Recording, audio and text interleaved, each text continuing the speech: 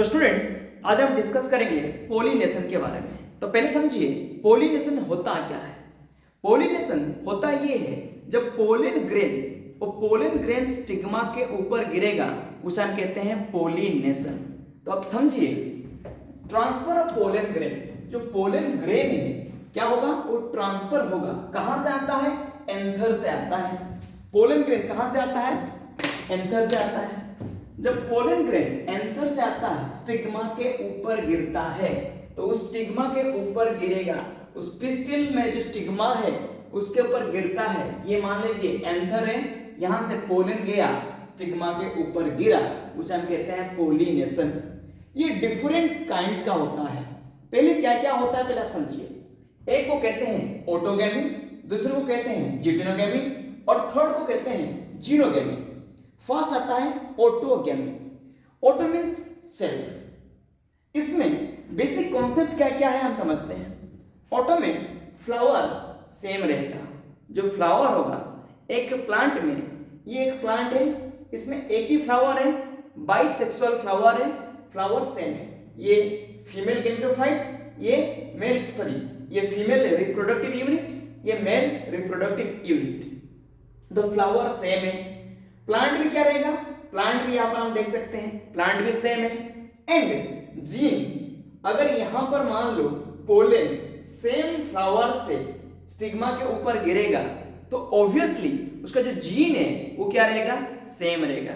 Gene में कोई change नहीं होगा। तो फ्लावर सेम है, प्लांट सेम है, इवन जेनेटिक मेकअप, जो जीन से हम जीन की बात कर रहे हैं, जेनेटिक कंपोजिशन वो भी सेम है। इसमें पॉलिनेटर का रिक्वायरमेंट होता है या नहीं होता है? किसमें होता है? एक प्रकार की ऑटोगैमी फ्लावर होते हैं जिसे हम कहते हैं चैस्मोगैमस। ये ओपन फ्लावर है, इसमें पॉलिनेटर का जरूरत होगा। लेकिन हम बात करेंगे जो सेकेंड टाइप होता है जिसमें जरूरत नहीं होता है, दैट इज नोन एज क्लेस्टियोगैमस। उसमें किसी प्रकार की फ्लावर की जरूरत, किसी प्रकार की आपका पॉलिनेटर की जरूरत नहीं होता है। फिर आते हैं जिटेनोगैमी। सेकेंड में ऑटोगैमी और एक कॉन्सेप्ट है जिसे हम कहते हैं इनब्रीडिंग डिप्रेशन। यहां पर हम मेंशन किए हैं इनब्रीडिंग डिप्रेशन। तो स्टूडेंट्स, इनब्रीडिंग डिप्रेशन क्या होता है समझिए। किसी प्लांट में बार बार जब क्या होगा, सेल्फ पॉलिनेशन होगा, उसका जो प्रोडक्टिविटी है, यील्डिंग है, वो धीरे धीरे करके डाउन पे चला जाता है। तो इसीलिए ऑटोगैमी में हम उसको देखने को मिलता है। जब ऑटोगैमी होगा तब दिक्कत होगा। फिर आते हैं जिटेनोगैमी। जिटेनोगैमी क्या है? जैसे कि यहां पर फ्लावर सेम था, यहां पर फ्लावर क्या हो जाएगा? डिफरेंट। यहां पर आप देख सकते हैं ये एक प्लांट है, एक सिंगल प्लांट है। सिंगल प्लांट में फ्लावर, ये फ्लावर 1 है, ये फ्लावर 2 है, फ्लावर डिफरेंट है। तो आप लिख सकते हैं फ्लावर डिफरेंट है, लेकिन प्लांट क्या है? प्लांट सेम है। उसके साथ हम देखते हैं इसका जीन में क्या हो रहा है? सिंगल प्लांट है ना, देखने में जीनोगैमी है, आपको लग रहा है देखने में जीनोगैमी है, लेकिन ओरिजिनल उसका जो जेनेटिक मेकअप है वो क्या है? सेम है। हम लिख सकते हैं ये फंक्शनली जीनोगैमी है, लेकिन जेनेटिकली ऑटोगैमी है। फंक्शनली जीनोगैमी है, लेकिन जेनेटिकली ऑटोगैमी है। इसके पास पॉलिनेटर चाहिए क्या? यस, पॉलिनेटर इसको चाहिए। फिर आते हैं जीनोगैमी। तो स्टूडेंट्स, जीनोगैमी क्या होता है? यहां पर जो फ्लावर होता है वो डिफरेंट होता है, प्लांट भी क्या होता है? डिफरेंट होता है। जीन भी क्या हो जाता है? जब प्लांट चेंज हो जाएगा, जेनेटिक कंस्टिट्यूएंट्स, जेनेटिक कंपोजिशन भी चेंज हो जाएगा, तो प्लांट भी डिफरेंट हो गया।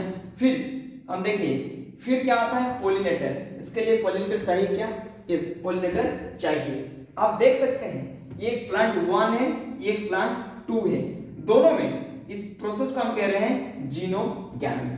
तो ये था जीनोगैमी के बारे में। और एक कॉन्सेप्ट बचा है ऑटोगैमी में, हम उसको डिस्कस कर लेते हैं यहीं पर। तो ऑटोगैमी में एक कॉन्सेप्ट है, हम देखिए 2 प्रकार के फ्लावर आता है, एक है क्लेस्टोगैमस, दूसरा है चाइजमोगैमस। तो क्लेस्टियोगैमस के बारे में पहले डिस्कस करते हैं। तो स्टूडेंट्स, क्लेस्टियोगैमस क्या होता है? Closed flower. फ्लावर क्या होता है? Always closed. एंड ये बाइसेक्सुअल होते हैं। इनमें जो एंथर एंड स्टिग्मा आस पास में रहते हैं, नियर मतलब पास में रहते हैं। अगर पास में रहेंगे तो क्या होगा? सेल्फ पॉलिनेशन हो जाएगा। सेल्फ पॉलिनेशन होगा।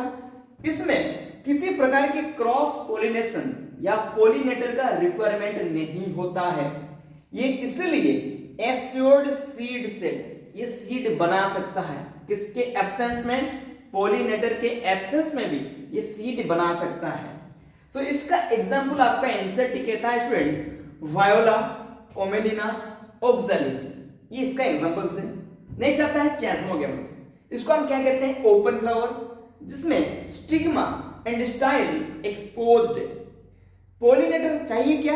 हाँ जी, इसमें पॉलिनेटर आपको चाहिए। ये किसके बारे में डिस्कस किए?